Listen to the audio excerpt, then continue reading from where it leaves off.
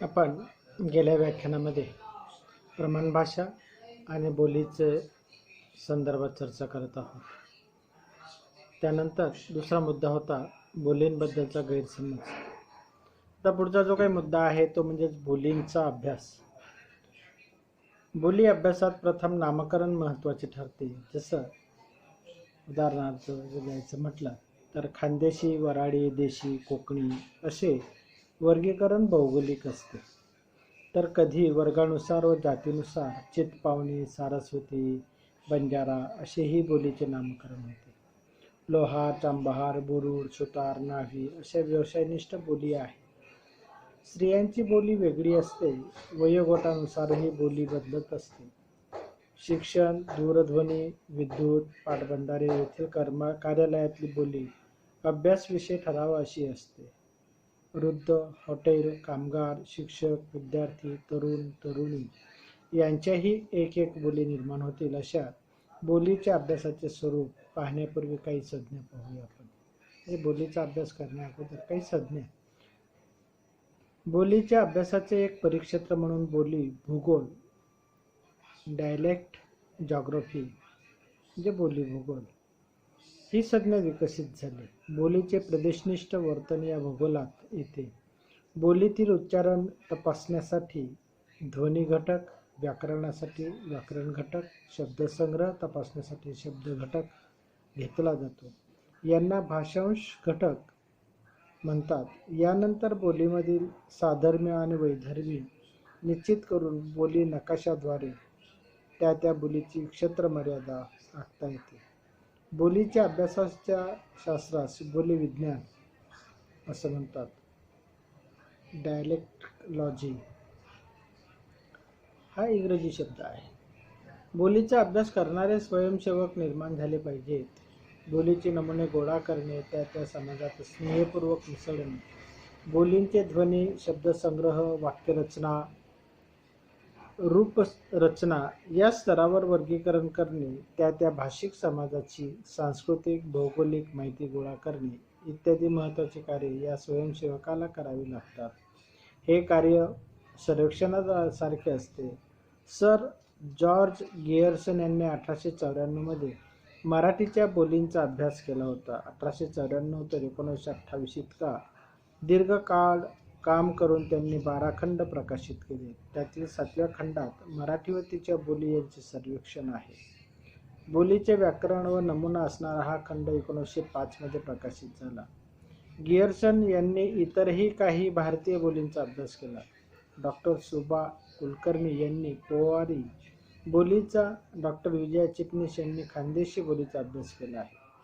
मराठी बोलींची भाषिक रूपे गोळा करण्यासाठी गियर्सनने बायबलमधील उधळ्या मुलाची गोष्ट नमुना म्हणून स्वीकारली होती. एक नमुना म्हणून आपण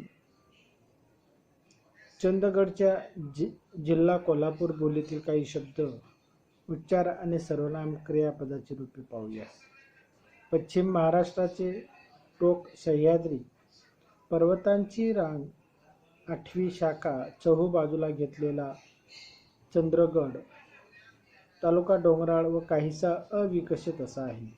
या बोलीतील काही उच्चार भेद: साडी, सावलं, उपवास, एकवाद, कोयता, पायडा, अन्वय, आश्चर्य, नेहमी, खाईम, वेगळं, निलकं, चांगलं, चक्कोट, वट्टी, ओटा, वहिनी, महिनी, आता, यदव, टिकाव, पिकास, पिकाव, जेवत आहे, जेवलो, कुत्री, कोली इत्यादी. सर्वनामांची रूपे मला, मी, मिया, तुला, तू, तिया, तुम्हाला, तुम्हासन, आम्हाला, आम्हासन, मी या सर्वनामासाठी काही वेळेस मिन असे रूप येते. त्याचप्रमाणे तुला बद्दल तुन हे रूप येते. मिया, तिया असे हेल काढून उच्चार होतात.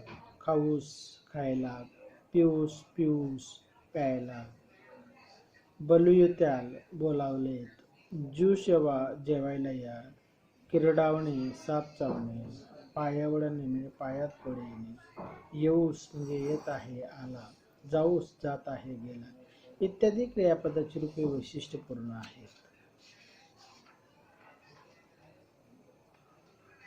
कुरबू हा धनगर या अर्थाचा शब्द कन्नड भाषेतून आला. काही खास असे शब्द असे वांगड भाजी, वांगड सोबत, नंगड, आजार, चिन्ही, रताळे, किरवळ, खेकडे, मिसळ, शिर्डी, भतूर, आत, कवाड, अंडे, आयदान, थाळा, खेलते, कुठे, भलते, हे ते सर्वनाम, पिवळ्या, कावीळ, निवऱ्या, करंज्या, टाळे, फंदे, आवाजान, करवेर अथवा पुसवाला, कडीपत्ता. चंदगड बोलीत अनेक शब्द कोकणातून तसेच सीमावर्ती बेळगावमधून आलेले दिसतात. चंदगडपासून 25 किलोमीटर अंतरावर आंबोली तर 60 किलोमीटर अंतरावर सावंतवाडी आहे. त्यामुळे चंदगड तालुका तसा कोकणात मोडणारा कोकणी हवामानाचा तालुका आहे. येथून गोवा 70 किलोमीटर अंतरावर आहे. एकेकाळी कोकणी ही मराठीची बोली व उपभाषा आहे की एक स्वतंत्र भाषा आहे असा वाद गाजला होता. साहित्य अकादमीने कोकणी बोलीला स्वतंत्र साहित्यिक भाषेचा दर्जा दिला. आता तर कोकणी बोली गोवा राज्याची प्रमाण भाषा राज्यभाषा बनली आहे. मराठीपेक्षा कोकणीची व्याकरण व्यवस्था भिन्न आहे असा एक वाद घातला जातो. मात्र स्वतंत्र भाषा मानण्याचा व्याकरण हा निकष नव्हे. हॅनबर्ग, थायलंड येथील बोली व्याकरणदृष्ट्या सारख्याच भिन्न आहेत. प्रत्यक्षात मात्र त्यांची गणना अनुक्रमे जर्मन आणि डच भाषेखाली येते. म्हणून हॉलंडची भाषा डच म्हणतात. या उलट स्वीडिश, डॅनिश या बोली व्याकरणिकदृष्ट्या खूप साधर्म्यदर्शक असूनही त्यांना स्वतंत्र भाषेचा दर्जा नाही. मात्र सामाजिक, राजकीय, सांस्कृतिक प्रभावाने एखाद्या बोलीला स्वतंत्र भाषेचा दर्जा प्राप्त होऊ शकतो. गोव्यातील कोकणीबाबत हेच झाले. डॉ. नागो कालेलकरांनी कोकणी मराठी वादाच्या संदर्भात सांस्कृतिक कसोटीचा उल्लेख केला आहे. सामाजिक भाषाविज्ञान अशी कसोटी महत्त्वाची ठरते. म्हणजे बोलींचा अभ्यास करत असताना चंद्रगडी किंवा चंदगड या परिसरात बोलल्या जाणाऱ्या बोलीचाही न करत या ठिकाणी आपला अभ्यास झालेला आहे. कारण हा आपल्यासाठी वराडी, चंदगडी व हिराणी या बोलींच्या ठळक वैशिष्ट्यांचा परिचय आपल्याला करून घ्यायचाच आहे. त्यात चंद्रगडीचं आपण वैशिष्ट्य पाहिलं. बोली निर्मितीची कारणे हा एक मुद्दा महत्त्वाचा आहे की बोल्या कशा निर्माण होतात, त्याला कोणकोणती कारणं गोष्टी किंवा कोणकोणत्या गोष्टी ही कारणीभूत ठरतात त्या संदर्भातली ही चर्चा आहे. आतापर्यंतच्या विवेचनात बोली निर्मितीच्या काही कारणांचा उल्लेख झाला आहे. काळ, स्थळ आणि भाषिकाचे सुलभीकरणाची प्रवृत्ती या 3 गोष्टींमुळे भाषा सतत बदलत असते. भाषा ही सामाजिक संस्था आहे, ती परिवर्तनशील आहे. मानवी अस्तित्वासाठी भाषा आवश्यक असते. ध्वनी आणि त्यामागील संकेतसूचकता अशा दुहेरी संरचनेची भाषा बनलेली आहे. नवनवीन संकेत निर्माण होतात. डॉ. नागो कालेलकर यांनी भाषा आणि साहित्य या आपल्या लेखात भाषा आणि संस्कृती या ग्रंथामध्ये समाजातील सर्व व्यक्ती नेहमी एकत्र येऊन आपले व्यवहार करीत नाहीत. काही व्यवहार विशिष्ट वर्गापुरतेच मर्यादित असतात, कारण तोही समाज रचनेचाच भाग असतो. अशा वर्गातील लोकांच्या भाषेचे स्वरूप व पातळी सामान्य भाषेपेक्षा वेगळी असते. थोडक्यात अशी भिन्न भिन्न भाषा एकाच व्यवसायातील अनेक व्यक्तींना एकत्र आणणारी पण सामान्य भाषेहून दूर असलेली एक बोली असते असा उल्लेख केला आहे. म्हणजेच एका प्रमाण भाषिकाच्या गटांतर्गत विविध गट तयार होणे हे बोली निर्मितीचे एक कारण ठरते. स्थळ आणि काळ या संबंधात भाषेत विविध परिवर्तने घडतात. भाषेतील मूलभूत लवचिकपणा व परिवर्तनाची प्रवृत्ती यामुळे भिन्न भिन्न प्रदेशात भिन्न भिन्न काळात प्रमाण भाषेच्या अनेक बोली निर्माण होतात. दर 12 कोसावर भाषा बदलते असं म्हणतात. आपल्याकडे एक म्हण आहे, कोस कोस पे बदले पाणी, कोस कोस पे बदले वाणी. वाणी म्हणजे भाषा.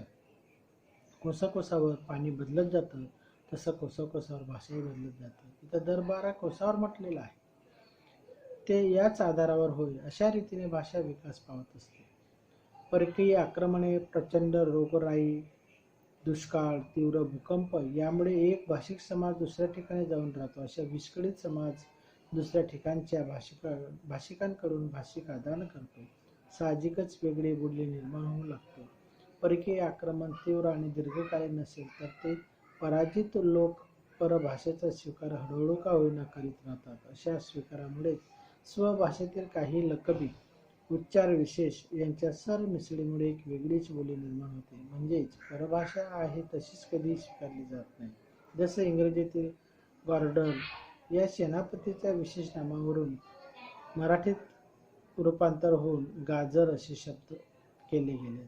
महाराष्ट्र कर्नाटकाच्या सीमावर्ती भागात वेगवेगळ्या बोली निर्माण झाल्याचे दिसते. दोन शेजारच्या भाषा नव्या बोलीला जन्म देतात.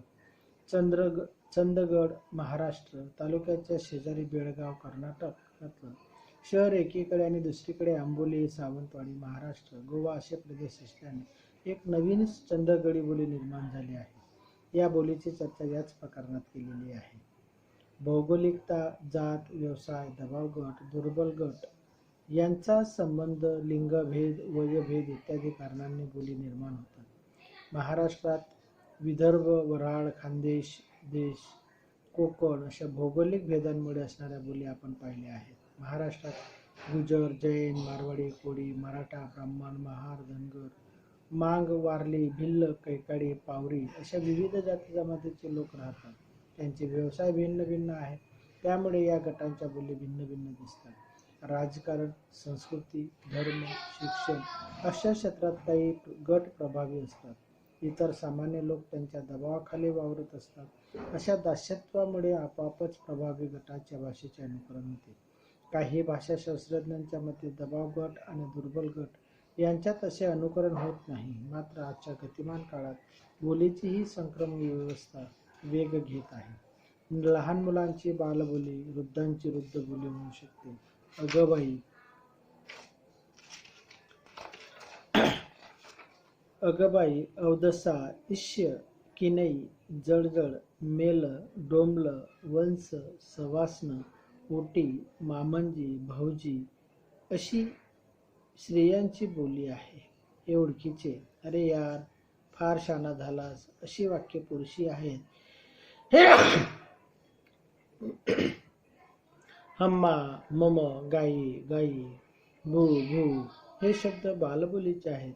मडके, लोटा, माठ, हांडा, रांजण, चाक, डेरा हे शब्द कुंभार जातीतील व्यवसायात येतात. फ्रेंच कट, टाडू, मसाज, आयना, आरसा, धोपटी असे शब्द न्हाव्याच्या बोलीत दिसतील. परंपरावादी वृद्ध लोक व्याकरण शब्दाचा उच्चार व्याकरण असा करतील. साहजिकच भाषेचे स्वरूप सातत्याने बदलत असते. डॉक्टर कालेकर यांच्या मते दर 20-25 वर्षांनी भाषेचा पुनर्विचार होणे गरजेचे आहे. म्हणजे जेव्हा आपण भाषेचा विचार करतो त्यावेळेस आपलं असं लक्षात येतं की दर 25 वर्षांनी भाषेचा पुनर्विचार व्हावा. म्हणजे कोणकोणते शब्द लुप्त झाले, कोणकोणते शब्द नवीन आले. कारण काळ झपाट्याने बदलत चालला. आता 25 वर्षाचा काळ नाही, दर 5 वर्षांनी भाषेमध्ये आता आज जर आपण भाषेचा विचार केला प्रमाण मराठीचा किंवा जे विविध टेक्नॉलॉजीचे शब्द आज प्रत्येक प्रत्येक बोलीमध्ये शिरलेले आहेत, त्यांनी आपलं अस्तित्व निर्माण केलेलं आहे. त्या भाषेमध्ये ते घुसडलेले आपल्याला दिसतात. समजा मोबाईल, आज मोबाईल घरोघरी व्यक्तिगणित मोबाईल पोचलेला आहे आणि या मोबाईलच्या संदर्भात रिचार्ज करणे, SIM card, memory card, charger, headphone, Bluetooth असे अनेक शब्द हे बोलीपर्यंत पोचलेले आहेत. त्या बोलीमध्ये मिसळले गेलेले आहेत. कालांतराने हे ह्याच बोली भाषेतील ह्याच प्रमाण भाषेचे शब्द आहेत अशी अवस्था झालेली आहे. आता तसं पाहिलं तर हे शब्द सर्व इंग्रजी आहेत. ब्लूटूथ याला मराठीत काय शब्द शोधणार? अहो, मोबाईलला लवकर शब्द सापडत नाही. तर भ्रमणध्वनी, आता भ्रमणध्वनी, संच असं मोबाईलचं मराठी नाव आहे. एवढं कोण बोलणार आहे? आपण सरळ मोबाईल बोलतो, मोबाईल नंबर दे असं म्हणतो का आपण? भ्रमणध्वनी संचचा नंबर दे तुझा असं म्हणतो का? तर नाही, मोबाईल नंबर दे, हे मोबाईल कर, फोन कर. फोन हा इंग्रजी शब्द आहे, बरोबर आहे की नाही? संदेश पाठवा, आपण SMS म्हणतो, संदेश नाही म्हणत, SMS म्हणतो. SMS शॉर्ट फॉर्म आहे ना.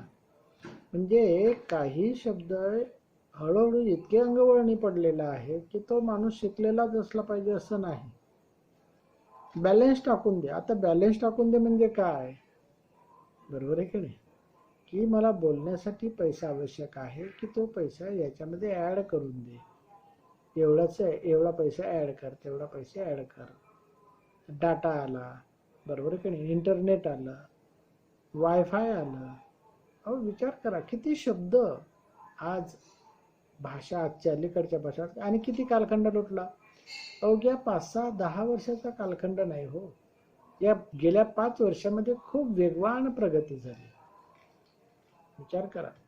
आणि म्हणून आता हळूहळू धोपटी शब्द संपला, कारण आता मसाज पार्लर आले, स्पा आले, मसाज पार्लर आले, बरोबर आहे की नाही?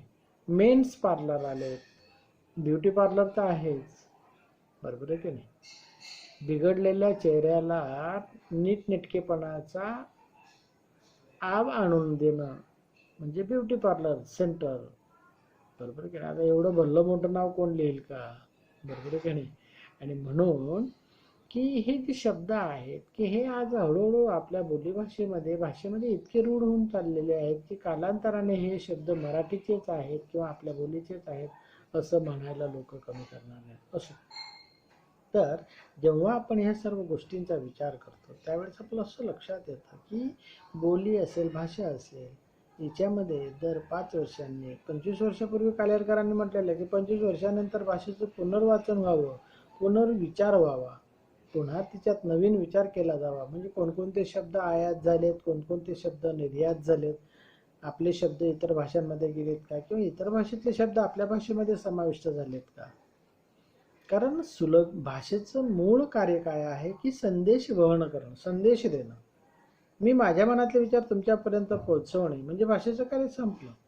मग मी कोणत्या भाषेत बोलतो आहे? पुणेरी मराठीत बोलतोय, आपल्या खानदेशी मराठीत बोलतोय, कोकणी मराठीत बोलतोय, वैदर्भी मराठीत बोलतोय, याला अर्थ नाही.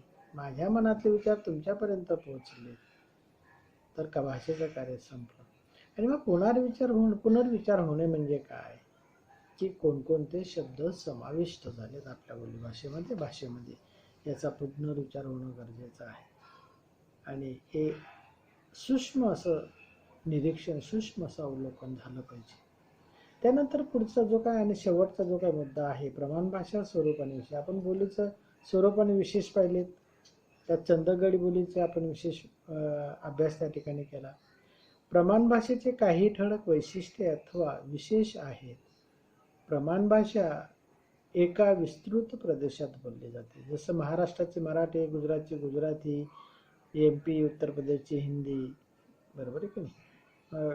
तामिळनाडूची तमिळ, कर्नाटकची कानडी, केरळची मल्याळम, म्हणजे मद्रासची मल्याळम, म्हणजे त्या त्या विशिष्ट प्रदेशामध्ये बोलली. आता राजस्थानी बोली भाषा तयार झाली. तशी राजस्थानी बोली नाही, ती गुजरातीचीच बोली होती, पण आता तिला स्वतंत्र भाषेचं, ओरिसाची उडिया आहे, बरोबर आहे की नाही?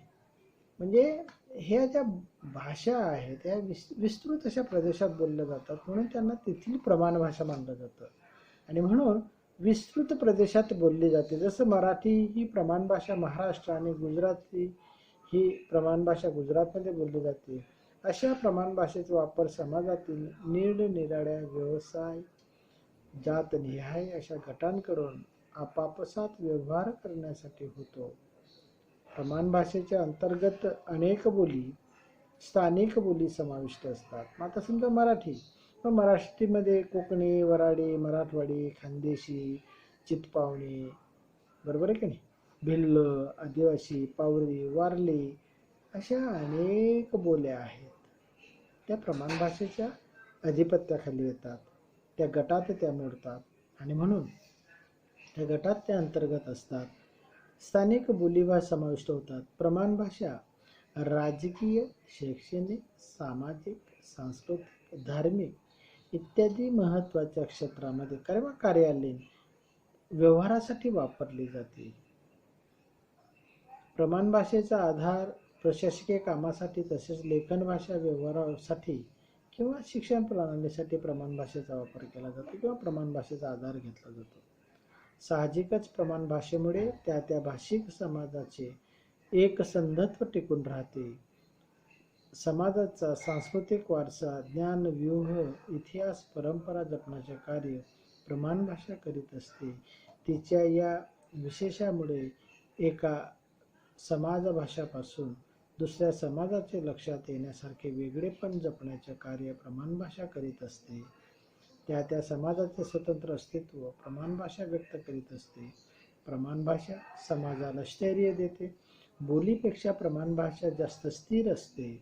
अर्थात बोली व प्रमाण भाषा ह्या एकमेकांना पूरक असतात. त्या मारक नव्हे. उच्चार, व्याकरण आणि शब्दसंग्रह या तीन बाबतीत प्रमाण भाषा आणि बोलीच्या संदर्भात भेद दर्शवले जातात. उदाहरणार्थ पाणी, पाणी, शेत, शात, तेल, त्याल, गोड, गाढ हे उच्चार भेद आहेत. रामाने, रामानं, ती गेली होती, ती गेलती असे व्याकरण भेद आहेत.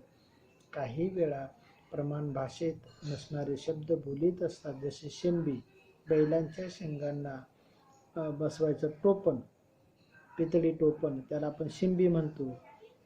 सर्वा वेचणे, शेतात उंदीरांनी लपवलेलं धान्य शोधून काढणे किंवा भुईमुग काढत असताना मागे राहिलेल्या जे काही शेंगा असतील त्यांचा शोध घेणे म्हणजे सर्वा करणे.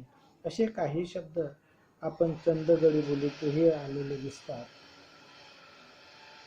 काही भाषा वैज्ञानिकांच्या मते प्रमाण भाषा एक कल्पना आहे. आपल्या साम्य भेदाच्या कल्पना आपण बोली व प्रमाण भाषेस लावतो. त्यामुळे बोली व स्थानिक भेद यांची एक बेरीज म्हणजे प्रमाण भाषा असे मानले जाते. काहींच्या मते प्रमाण भाषा ही एक आदर्श बोलीच असते.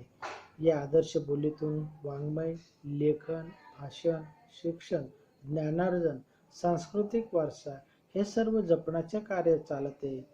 बोली प्रमाण भाषेला समृद्ध करते.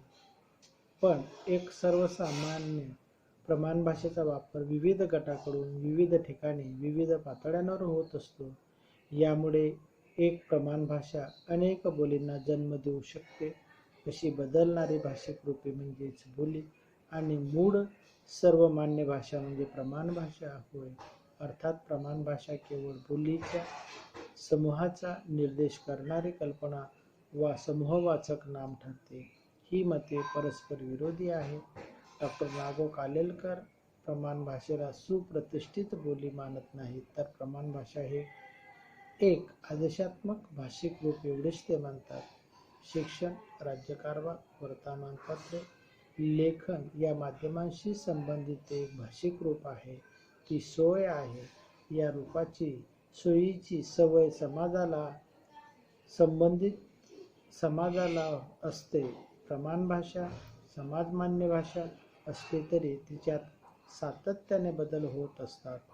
आधुनिकीकरण, जागतिकीकरण आणि संगणकीकरणाच्या रेट्याखाली प्रमाण भाषा वेगाने बदलत आहे. मराठी या प्रमाण भाषेत सध्या या गतिमानतेमुळे अनेक नव शब्दांची भर पडत आहे. दूरदर्शन, चित्रपट आणि इंटरनेटच्या प्रसारामुळे मराठी भाषा वेगाने बदलत आहे. वाचकांची संख्या कमी झाली, ग्रंथालये ओस पडली. यामुळे अर्थातच बोली आणि प्रमाण भाषा यात अत्यंत गतीने बदल घडत गेलेला आहे, घडत राहणार आहे, गळण होणार आहे, बदल होणार आहे. आणि म्हणून आपण सर्वांनी सजग राहून आपल्या बोलीभाषेचं संवर्धन, संगोपन, जतन हे केलं पाहिजे. पण बोलीचं संवर्धन, जतन करत असताना प्रमाण भाषा सुद्धा दुर्लक्षित राहू नये. प्रमाण भाषेला सुद्धा न्याय द्यावा. कारण जेव्हा आपण समाज व्यवहारामध्ये वावरतो त्यावेळेस आपण बोली बोलत नाही, तर त्यावेळेस आपल्याला प्रमाण भाषेतच बोलावं लागतं.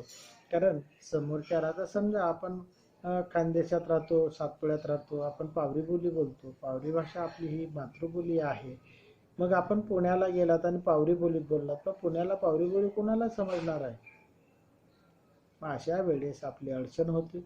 म्हणून आपण सरावाअंती सदैव म्हणजे जेव्हा आपण आपल्या बोलीभाषिक गटापेक्षा इतर लोकांशी संपर्कात येतो त्यावेळेस आपण प्रमाण भाषेमध्येच बोललं पाहिजे. जेणेकरून प्रमाण भाषा सरावाअंती आपल्याला चांगली अंगवळणी पडेल आणि पुढे जाऊन भविष्यामध्ये आपली फसगत होणार नाही. आपल्याला अडचणी येणार नाही. नाही तर मग कशी अवस्था होते आपली, की येतं आहे, सर्व आहे, परंतु त्याच्यासाठी योग्य शब्द आपल्याकडे नाही आणि मग आपण बोलायला लाजतो, बुजतो आणि ही अवस्था आपली भविष्यामध्ये येऊ नये म्हणून आपण जास्तीत जास्त प्रमाण भाषेत बोलण्याचा सराव करावा, जास्तीत जास्त वाचन करावं. मोबाईल हे माध्यम संदेशनासाठी आहे, संदेश वहनासाठी आहे. संदेश झाला, बोलणं झालं तर त्याच्यापासून आपण लांब जावं आणि पुस्तकांच्या सहवासात जावं, जेणेकरून, कारण पुस्तकामध्ये जी लिखित भाषा आहे ती प्रमाण भाषा आहे आणि म्हणून त्या प्रमाण भाषेतले शब्द आपल्या डोळ्याखालून जातील, आपल्या मनावर अधिराज्य घालवतील आणि कालांतराने आपल्याला भविष्यामध्ये बोलताना अडचणी येणार नाहीत. ह्याच निमित्ताने मी तुम्हाला अगोदर सांगितलं की कोणतीही भाषा श्रेष्ठ नाही आणि कोणतीही भाषा कनिष्ठ नाही. मग ती बोली असो, या प्रमाण भाषा असो, राजभाषा असो, राष्ट्रभाषा असो की इतर आंतरराष्ट्रीय भाषा असो, शेवटी भाषा ही भाषाच आहे. तिचं कार्य सर्वात महत्त्वाचं काय आहे की एकाच्या मनातील विचार दुसऱ्याच्या मनापर्यंत पोहोचवणे, ते त्याला समजणे म्हणजे भाषेचं कार्य संपतं. आणि म्हणून कोणतीही जगातली कोणतीही भाषा श्रेष्ठ नाही आणि कोणतीही भाषा कनिष्ठ नाही. जिचा व्यवहार जास्त ती अधिक प्रभावी ठरते. ज्या कारण बोलींचा व्यवहार हा फक्त समाज गटापुरताच मर्यादित राहतो. प्रमाण भाषा ही एका विशिष्ट प्रदेशामध्ये बोलली जाते. राष्ट्रभाषा ही संपूर्ण राजभाषा राष्ट्रभाषा म्हणून आपल्याला राष्ट्रभाषेचा दर्जा अजूनही हिंदीला मिळालेला नाही. कारण का की भारतामध्ये अनेक प्रांत आहेत आणि प्रत्येक प्रांताची वेगवेगळी प्रमाण भाषा आहे. त्याच्यामुळे आजही हिंदी ही राष्ट्रभाषा होऊ शकलेली नाही. कारण त्याला दक्षिण राज्य जे आहेत, कर्नाटक, आंध्र प्रदेश, तामिळनाडू, केरळ ही राष्ट्र कडाडून विरोध करतात. कारण का की त्यांची लिपी वेगळी आहे, त्यांच्या स्थानिक बोली वेगवेगळ्या आहेत. मल्याळम आहे, तेलुगू आहे, कानडी आहे, बरोबर आहे की नाही. अशा ह्या बोलीभाषेमुळे त्यांची लिपी वेगळी आहे. त्याच्यामुळे स्थानिक प्रमाण भाषा त्यांची तेलुगू, तमिळ, कानडी, मद्रासी किंवा मल्याळम ह्या असल्या कारणाने त्या हिंदीला, देवनागरी लिपीला आणि हिंदी राष्ट्रभाषा मानायला ते तयार नाही. हा वादाचा मुद्दा आहे. आपल्याला त्या वादात जायचं नाही. एक माहिती म्हणून आपल्याला माहीत असलं पाहिजे, अजूनही हिंदी ही आपली भारताची राष्ट्रभाषा झालेली नाही. ती राजभाषा आहे, तिच्यात व्यवहार चालतो आहे, परंतु आजही तिला राष्ट्रभाषेचा दर्जा प्राप्त झालेला नाही. अभिजात भाषेचा दर्जा आहे, बरोबर आहे की, परंतु राष्ट्रभाषेचा दर्जा नाही. आणि म्हणून आपण प्रमाण भाषेमध्ये बोललं पाहिजे. आपल्याला कमीत कमी 5 भाषा आल्या पाहिजेत. आपली बोलीत आलीच पाहिजे, मातृबोलीत आलीच पाहिजे. पण मातृबोलीबरोबर प्रमाण भाषा आणि आपण ज्या परिसराच्या जवळपास राहतो, समजा गुजरातला लागून आहे तर गुजरातीचा टच आपल्याला असला पाहिजे, गुजराती बोलता आली पाहिजे. इकडे मध्य प्रदेशाच्या बॉर्डरवर राहत आहोत म्हणून आपल्याला हिंदी आली पाहिजे. तर या पद्धतीची प्रमाण भाषा आणि बोलींचं आपल्याला विश्लेषण करता येऊ शकते.